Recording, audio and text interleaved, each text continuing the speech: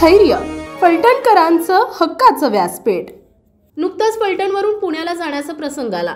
फलटण ते पुणे प्रवास महाराष्ट्र राज्य परिवहन महामंडळ अर्थातच आपल्या लाल परीने केला। यामध्ये माझ्या शेजारी जे गृहस्थ बसले होते त्यांचं वय चक्क 376 होतं। आता तुम्हाला वाटलं असेल हे कसं शक्य आहे। त्याचं झालं असं की त्यांनी तिकीट काढण्यासाठी त्यांनी त्यांचं आधार कार्ड दिलं। आधार कार्ड कंडक्टरनी बघितलं, त्यावर त्यांचा जन्म वर्ष 1648 असं होतं।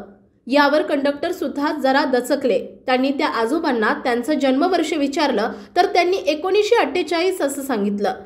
त्यांना लिहिता वाचता येत नाही। आधार कार्ड काढण्यासाठी ते जेव्हा गेले होते तेव्हा त्यांनी सांगितलेल्या माहितीनुसार आधार कार्ड ऑपरेटरने एंट्री केली असावी, परंतु एंट्री करत असताना जन्मवर्ष हे 1948 च्या ऐवजी 1648 असे एंट्री झाली होती। त्यामुळे त्या आजोबांचं वय चक्क 376 वर्ष झालं होतं। आधार कार्ड काढताना जर आधार कार्ड डाटा एंट्री करणारे ऑपरेटर अशा चुका करत असतील आणि ज्या लोकांना लिहिता वाचता येत नाही अशांच्या आधार कार्डमध्ये अशा चुका झाल्या तर नक्की याला जबाबदार कोण, किंवा संबंधित आधार कार्ड धारकाला भविष्यात कोणत्याही अडचणी आला तर त्यानं करायचं काय, असे प्रश्न तयार होतात।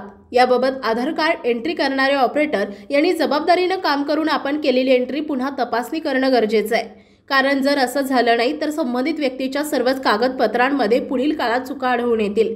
आता शासनाच्या माध्यमातून बहुतांश योजनांना आधार कार्ड अनिवार्य करण्यात आलंय, त्यामुळे आधार कार्ड एंट्री करणाऱ्या ऑपरेटरनं अशा चुका टाळणं आवश्यक आहे।